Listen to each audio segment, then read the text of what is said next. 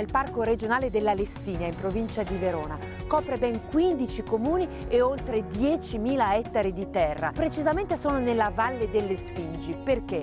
Perché alle mie spalle ci sono dei monoliti che ricordano molto le Sfingi egiziane. Ma che cosa c'è da vedere in questo parco? Beh, guardate qui, ogni pietra ci racconta una ricca storia geologica di milioni di anni. Qui mi trovo nel Museo Geopaleontologico di Camposilvano, un punto molto importante per il Parco della Lessinia, perché qui si racconta la storia delle prealpi venete. Pensate che ci sono dei reperti fossili che hanno addirittura oltre 200 milioni di anni.